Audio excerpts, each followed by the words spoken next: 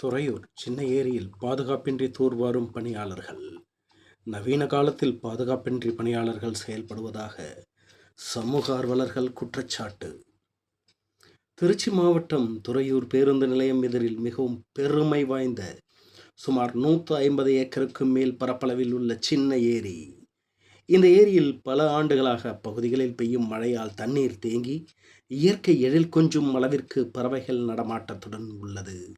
மக்களிடையே கண்கொள்ளா காட்சியாக கவர்ந்த நிலையில் தற்பொழுது சின்ன ஏரி துறையூர் சுற்றுப்பகுதிகளில் உள்ள வீடுகள், கடைகள் மற்றும் பல்வேறு நிலைகளில் செல்லும் கழிவுநீர் கலந்த துர்நாற்றம் வீசப்படும்.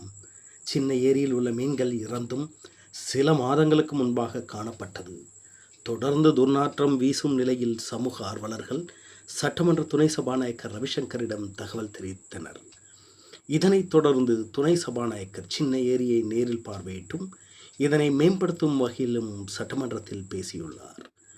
இந்நிலையில் தற்பொழுது துர்நாற்றம் வீசாமல் கழிவுகளை அகற்றும் பணியில் பணியாளர்கள் ஈடுபடுத்தப்பட்டுள்ளனர். ஆனால் இவர்கள் எந்தவித பாதுகாப்பும் இல்லாமல், கையுறைகளோ கால் உறைகளோ இல்லாமல் துர்நாற்றம் வீசும் தண்ணீரில் இறங்கி வேலை செய்வது அப்பகுதி மக்களிடையே பெரும் வருத்தத்தை ஏற்படுத்தியுள்ளது. நவீனமயமாக்கப்பட்ட நிலையில் பணியாளர்கள் பாதுகாப்பின்றி வேலை செய்வதால் ஏற்படும் பிரச்சனைகளுக்கு முன்பாகவே அரசு நடவடிக்கை மேற்கொண்டு நவீன முறையில் சுத்தம் செய்ய சமூக ஆர்வலர்கள் கோரிக்கை வைக்கின்றனர். புதிய அகிலம் செய்திகளுக்காக துறையூரிலிருந்து செய்தியாளர் மணி.